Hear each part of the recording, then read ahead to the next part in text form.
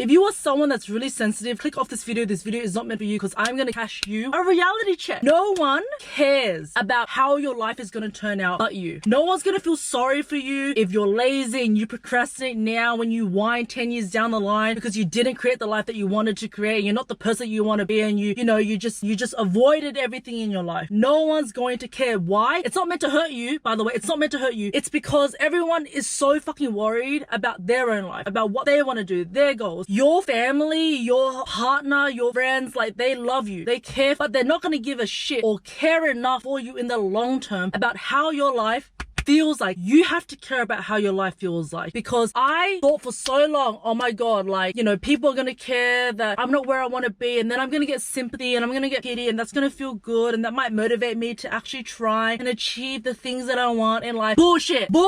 No one freaking cares. For a few minutes I'll be like, oh, so sorry to hear that. Anyways, what do you want to have for dinner? If you are someone that is lazy, and if you're someone that procrastinates, do not expect anyone to feel pity or feel sorry for you because you didn't create the life that you wanted. You didn't become the person that you wanted. This is just a wake-up call for you, because for so long I lived in this delusional state that everyone cared about how my life was going to turn out, and everyone cared enough to think about me all the time and my purpose and my passion and what I was doing in my life. No one cares, girl. No one cares. You need to care, which is why it's so important to understand that no one can save you. No one can save you. Let me tell you that right now. When I was single, I genuinely was, I can't wait to be in a relationship, because that will be someone that can motivate me, someone that can complete me, someone who can make me feel ready to take on the world, to take on my life, who can allow me to be more responsible and all that fucking shit, right? I actually was in my delulu state back in my early 20s thinking, oh my god, someone else is going to come in and save me from my misery, save me from my procrastination, save me from my laziness. Like, I can't wait. And then I met this lovely guy, and that's when I realized, I was like, wait a minute, I'm still the same person with this guy, and he can only care for me so much until he has to go back to work and he has to go and work on his goals and build his business and just tend for himself. And that's when I realized, I was like, wait a minute, like, he doesn't care enough about me. He should care enough about me. I'm his girlfriend, right? That was my fucking ego. And then I had to sit with myself and be like, Vanessa, he is his own person. You are your own person. You need to care about your life. You are the only person, this is a great thing, you are the only person that has to care so much about their life. No one else is expected to give a shit about your life and how it turns out and what goals are achieved and what goals aren't achieved. You have to do that. And that's the most powerful thing that I realized, but also the most scary thing that I realized, because I had to take full responsibility and accountability for the fact that all of the things and all of the actions that I took and didn't take have led me to where I was. And if I wanted to shift and change it, no one was going to come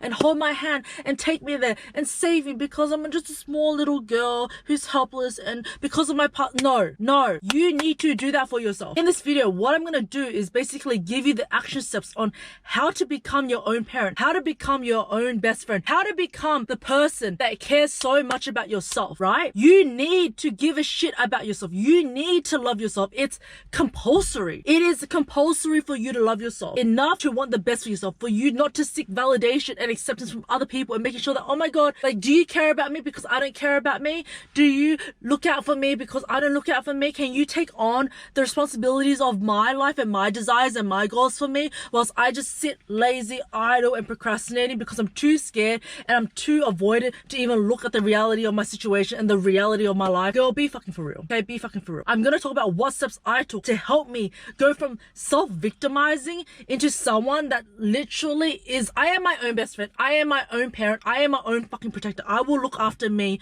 no matter what. I will take on the failures as much as I'll take on the successes. I will take it all on because I love me and I take accountability about the fact that I am in control of my life and I get to decide what feelings are associated with my life.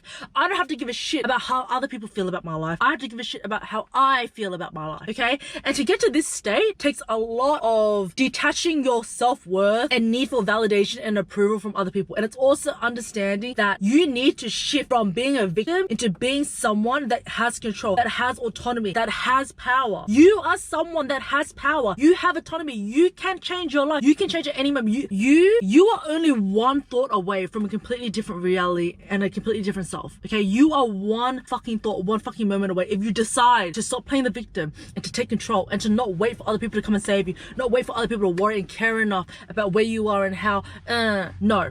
Absolutely not. Not in my world. If you're part of my community, we're here to execute and we're here to act and we're here to take action. We are not here to sit idle and wait for other people to victimize us and make us feel bad about why we're not achieving the things that we want in life and to feel pity. Absolutely fucking not. Not here, okay? Not here. So the first thing that you have to understand is that you need to do the hard things. Self-love and building your dream life and your dream self. You have to do the hard things. I've been running every day for 8 kilometers, 6:30 a.m. Do I want to do it every morning? Fuck no. I don't want to do it. Do you think I want to wake up at 6:30 a.m.? No, I'm a fucking Taurus. Okay, Taurus sun, Capricorn rising. Girl, I'm an earth sign inside and out. I want to sleep in my bed. I have like 3 different like layers of blankets. I've got so many pillows. I've got a scented diffuser. It is homey. It is comfortable in my bed. I don't want to get up and run, but why do I do it? Because I want to feel good. I want to feel healthy. I want to be full of vitality. I want to look after myself.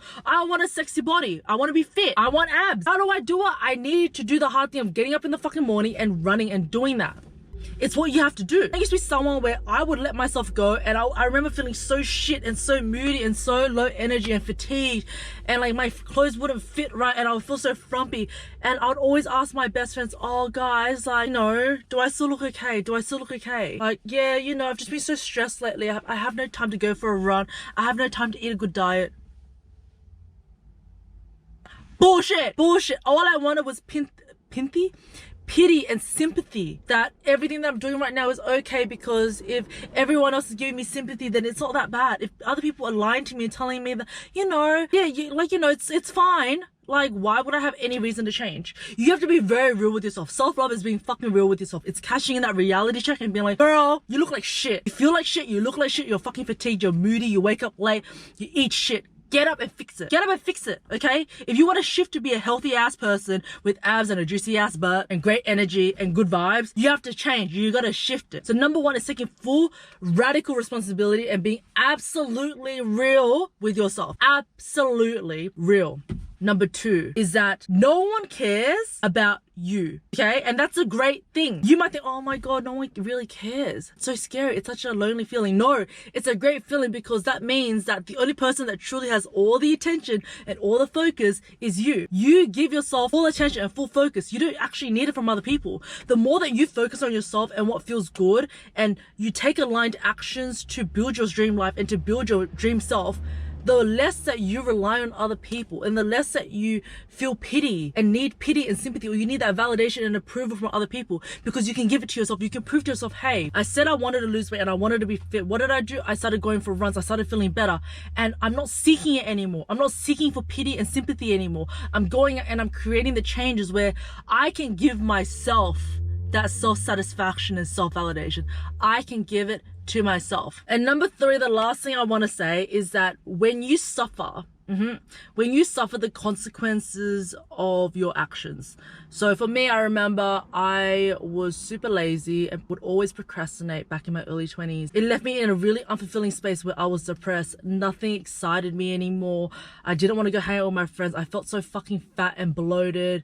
I felt mental fatigue. I felt so uninspired. I was really moody and very snappy. And these consequences came because I chose to be on my phone all the time. This was before I was a coach, before I even started this online thing. I was always on my phone. I always had these really negative thoughts. I would always eat fucking McDonald's. I would drink Coke every day. I would sleep in. I would go out drinking. Fucking spent a fuck ton of money on cocktails, doing little naughty like things. Everything you could think I did, right? I did all that, and then I suffered the consequences, right? And I just looked like shit, girl. I looked like shit. I'll see if I can find a photo. I looked like shit, and it got to the point where I was having mental beats every single day. Like, I kept breaking down and crying and thinking, oh my God, now that I'm crying, and I call my friend, I'm so sad, and like literally, like, they couldn't even help me. They couldn't even help me, because the thing is that they couldn't even help me, but more than that, like, they didn't give a fuck, because they weren't suffering the consequences, because they were doing things with their life where, you know, it was hard for them, but they shifted it, and like, they're not suffering the way that I did, like I do. For example, my best friend, she always goes for walks every single morning, right? She has great mental clarity.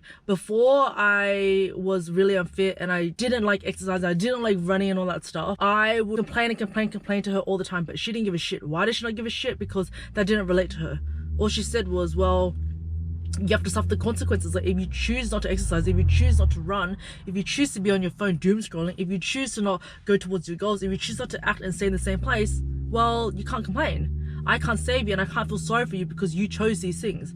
And that was a mental break that just broke in my brain. And I was like, okay, now I need to shift into the person that I want to be. I want to be someone who is a mentor. I want to be someone who's fit. I want to be someone that's mentally sound. I want to be like mentally healthy. I want to be someone that can regulate her emotions. I want to be someone that people can feel safe around. I want to be someone that can just be the person that my inner child would have been so proud to be. If you ever feel like you can't do it, if you ever feel like your laziness and your procrastination is just getting in the way, you can't get up and do the things, like whatever excuse, whatever energy mood you're in, whatever emotion you're experiencing, go look at a photo of you when you were a kid and ask yourself, what did that kid want to be growing up? What kind of life did that kid want for her adulthood or his adulthood or their adulthood? What did they want for their life? How do I create that life for that inner child part of me to come out and be and exist, right? It's not going to come when I'm unfulfilled, when I'm eating like shit, where I'm feeling sorry for myself, when I'm victimizing myself. It's not going to come from that. Where is it going to come from? It's going to come from me doing the hard shit now to create a life where I can embrace my inner child. I can invite my inner child into my life and be like, oh my God, like I'm living the life. So that's it for today. I hope you guys enjoyed this video and I'll see you guys next week. Stay thriving. Why did I do that?